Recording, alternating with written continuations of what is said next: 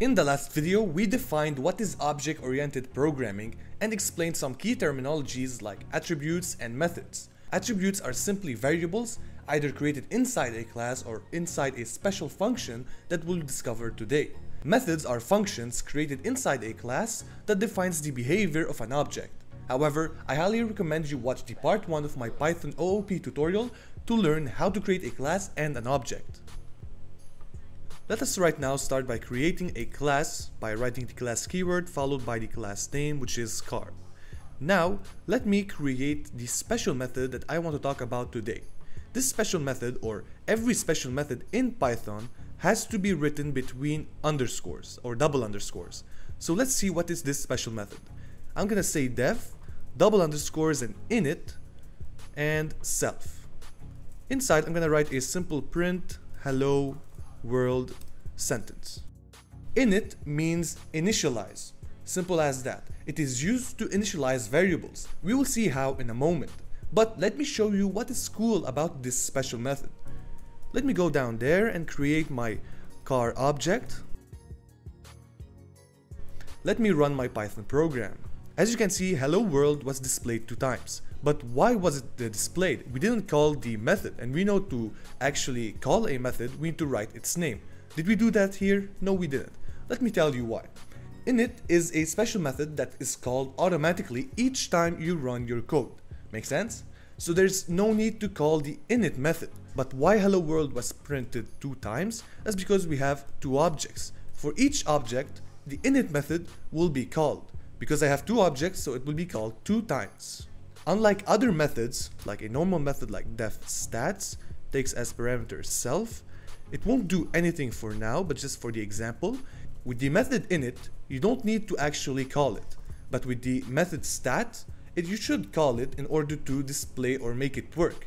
So to call a normal method, either you use the following method, which is car.stats, and mention the object. So what we did here is we mentioned the class name dot method name, and inside parentheses we mentioned the object.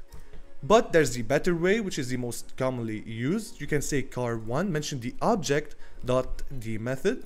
So object dot method name. They are both the same, but right here in this notation you indirectly mentioned car1 as argument to the self parameter, while here car1 is actually, well, explicitly mentioned as argument to the self parameter, while here it is indirectly mentioned. So what to take away from init? Well, init is a special method that is automatically executed as soon as you run your code. Okay, so now we know a bit about the init and we have 2 objects. Let us see how we can specify for each of these objects a name and a color. How to do this? Well, we can store these values inside variables, but where to assign these values or where to input these values? Well, we can do this in the init. So right here inside, I'm gonna mention 2 parameters, name and color. So these name and color are parameters for the method init, but where do we actually input these values? Well, we go down there to the constructor, and inside the parentheses we mention these values. So inside the constructor I'll mention the name. Let's say my car name's Audi and it's a black Audi, and the second car will be Nissan and let's say red. Okay, now you're going to ask me, okay, you mentioned name and color for these objects, but what about self? We know that the self represents an object, and we know that the init is called automatically as soon as you create an object, right? So what will happen indirectly is that when you create an object, the init method will take as argument for the self parameter the object you created. Simple as that. So I have car1, car2, so let's go with car1 for example. Indirectly, self is equal to the object car1. Okay, right now let's create variables so we can store inside them the values of these parameters. So inside the init, I will say self. After the dot, I'm gonna mention a name for the variable. I could say name, and it can look alike the parameter. So name equal to name. This name over here represents this parameter. Okay, however, this name over here is the name of the variable. Okay, so they're not the same. when I say now self.color equal to color, that means I'm assigning to the variable self.color the value of the parameter color. Now that we know how to create variables inside the init method, let's go to this stat method and print the stats of these cars. I'm going to use an f string and I'm going to say my car name is, what I'm going to say is self.name, and the color is, let's say self.color. Now to launch this method we need to call it. I'm going to say car1.stats. And why didn't I mention self? Because car1 is indirectly passed as an argument to the self parameter. So I'm going to launch the code and it will give me my car is Audi and the color is black. Why? Well, logically, let me lower this, okay? Logically, we mentioned or we called this stat function using car1. And because car1 is indirectly mentioned as parameter or argument to the self parameter, that means we are working with the object car1. So self here is equal to car1.name. So here is indirectly saying car1.name. Okay, that's because we're working with car1. However, let me just delete this comment. If I go down there and say car2.stats, let me leave the car1, okay? Let me launch my code. And as you can see, my car is Nissan and the color is red. Why? Because we passed as an argument for the self parameter car2 or object car2, okay? So the self is equal to whatever object you mentioned. Now in OOP we have two types of variables. The first type is the instance variables. These are variables inside or created inside the init method. And there they are. These are instance variables. The other type is class variable, also called static variables. Now how to create a class variable?